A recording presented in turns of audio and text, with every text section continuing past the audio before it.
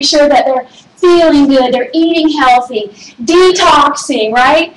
They also go to rejuvenating therapists. They go to they go to spas, get massages. They do all this so they can look good, not just for glamour. I mean, some of it is for fun, but they make sure they're getting their sleep. They make sure that they're, if they meditate, they can't look stressed, right? They have to look relaxed. They have to look young. They go to plastic surgeons, right? A little nip, a little tuck, a little filling in wrinkles, a little zapping blemishes, a little Botox or whatever, I guess, all that. They even have things now where they take radio waves and to tighten tissues. I mean, there's all this science going behind thousands and thousands of dollars that they spend getting ready for this night. They go to dermatologists and have peels and wraps and mini laser treatments, and I mean, they're doing all this to get rid of things that the sun has done to them, right? And then they go tan, right? They go get the glow back, so they look, they go to dentists and they get their teeth whitened, right? I mean, can I go on and on? And all of these things that they're doing to get rid of things they don't want you to see, right? Then the final step, the most important step of this whole process is we've got a layer on the wow. They go to stylists. Stylists, not hairstylists alone. I'm talking about stylists. Do those shoes look good with that clutch? Are those earrings right with that dress? They go through this process. Have y'all seen any of these shows on HGTV? It's fun. Mm-hmm. And it's not just, oh, I know how to dress you. I think I'm going to pull this dress out of my closet and wear it. No, there's a science behind it. It's hilarious. You should watch them if you haven't. The stylists work night and day. I mean, it's a huge industry to make sure that these guys look wow. Now, why do celebrities do this? Well, number one, they want to set themselves apart, right?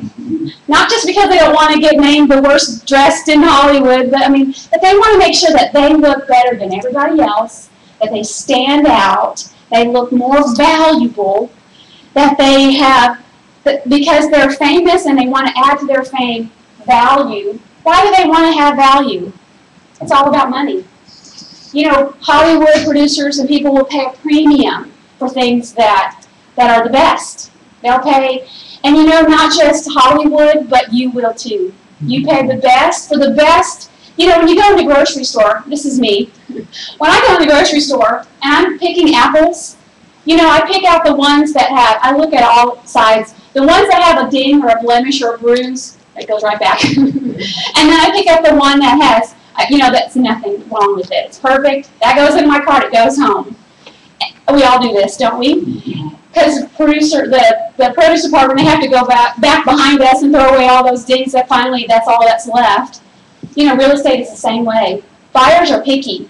They want to go into the house that is the most beautiful, has not a lot, no blemishes. They want it colored right, they want it staged right, they want it looking its very best, and they will pay a premium for that.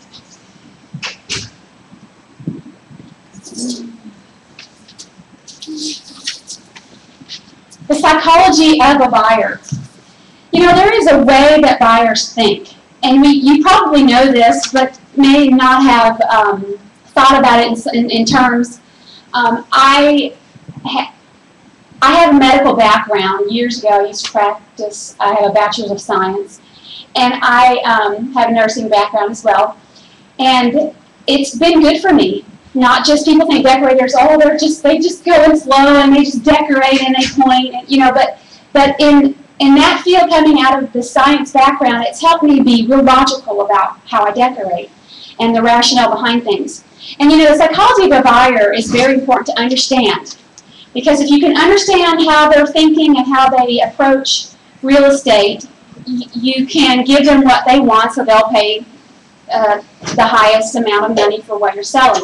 Well, basically in any department, if you know who your customer is, right, you all know that, then you can give them what they want and what they need.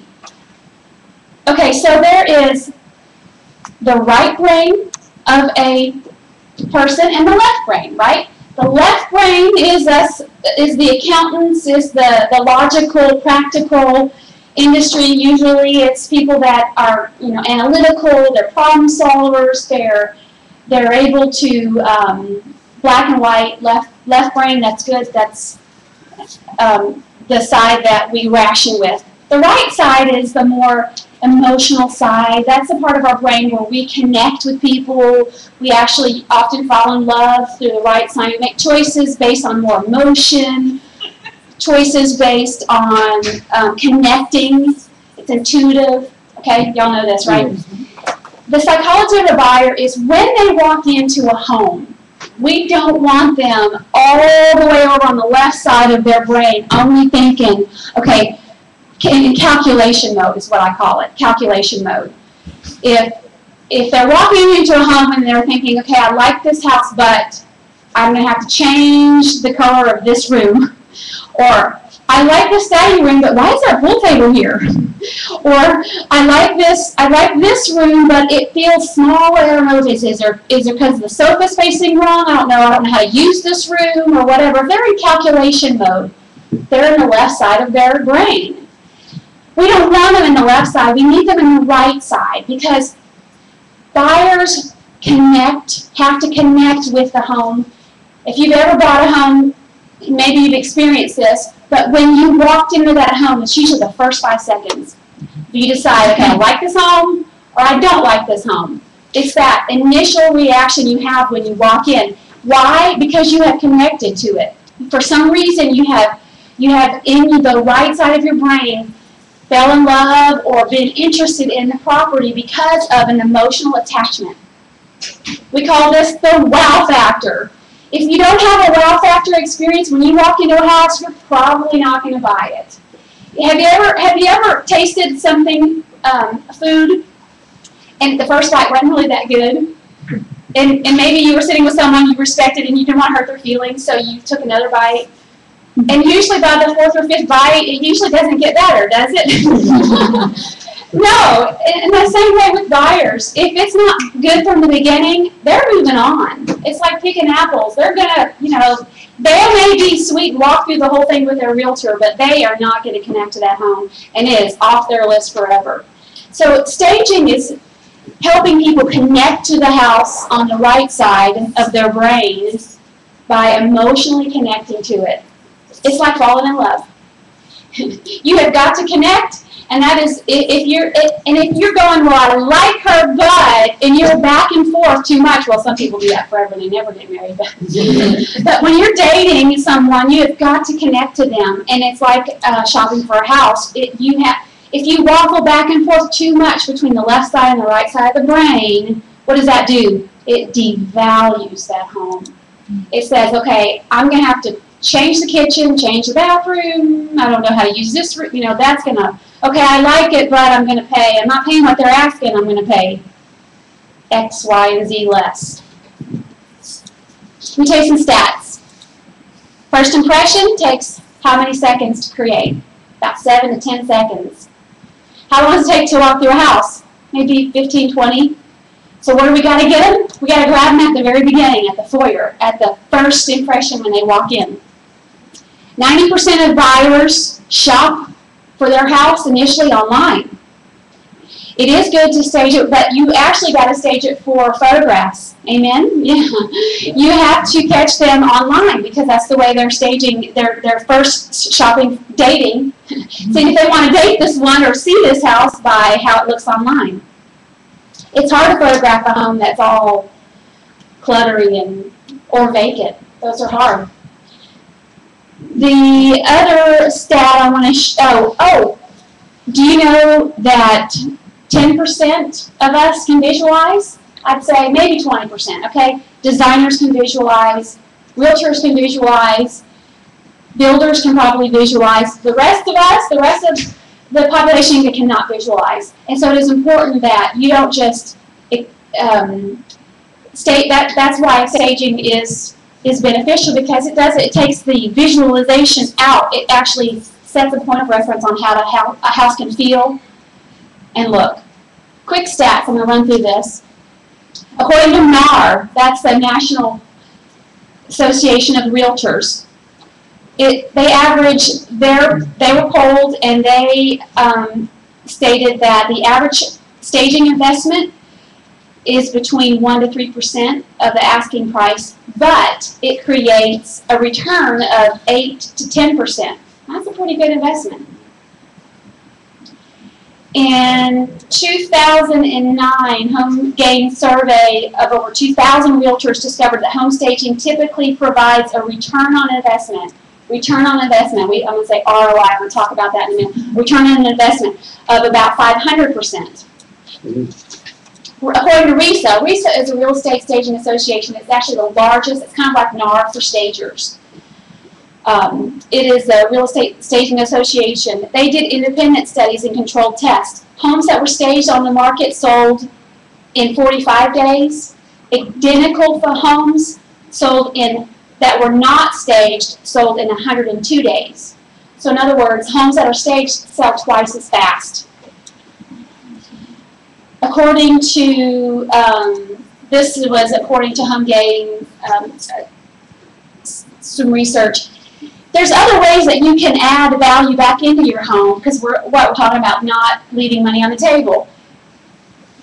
If you can just clean and declutter the home, I'm going to be conservative here. I think it's probably worth at least 400% return on investment, maybe 300% return on investment. That's still a pretty good return on investment. Most agree that it's at least 500% return on investment if you'll just clean and declutter. If you'll lighten and brighten, I mean, replace light bulbs. Make sure every light bulb is working. Make sure the house is not dark. If it's, got dark tones, you may want to paint it a vanilla cream, lighten it up. Landscaping, 400% return on investment probably. Now this is where staging, we can't go outside and stage trees, well, it would look stupid if I tried, but landscaping is important. First impression, if we don't get them in the house, we're not going to get the house sold at all, right? Painting is important. Updating kitchens and bathrooms are important. But staging in and of itself, how much does staging return on investment? It's somewhere between 200 to 500%. Staging adds that much value back in. Coldwell Banker surveyed 2,800 properties, and they revealed that a home that sells, that home that is staged sells in half the time. Duke University, this is interesting. Duke University did a study on participants that went into viewed homes, and on a scale of 1 to 7, if a house had scored 7, that means that it is very important to a buyer or to them. If you removed personal items, they scored it at a 6.5. So it's very important to remove personal items. Rooms that were staged for their intended purposes, that rated a 6.49. It's very important. That's why whenever I have a client that says, this pool table here, it is, can't you visualize the dining room? It's not about it's about getting out of that left side of their brain into the right side, right? Removing evidence of pets scored 6.48 out of 7. Turning on all lights during showing scored at 6.39. Homes furnished as opposed to vacant scored at 6.39. And then removing personal photographs, sorry, not all, but some scored at 6. So, I mean, it's important. Now, this is interesting. Homes that had baking cookies, the smell of baked cookies and candles lit, potpourri, they scored between 2 and 3. Why is that? Because people think you're trying to cover up something or hide something.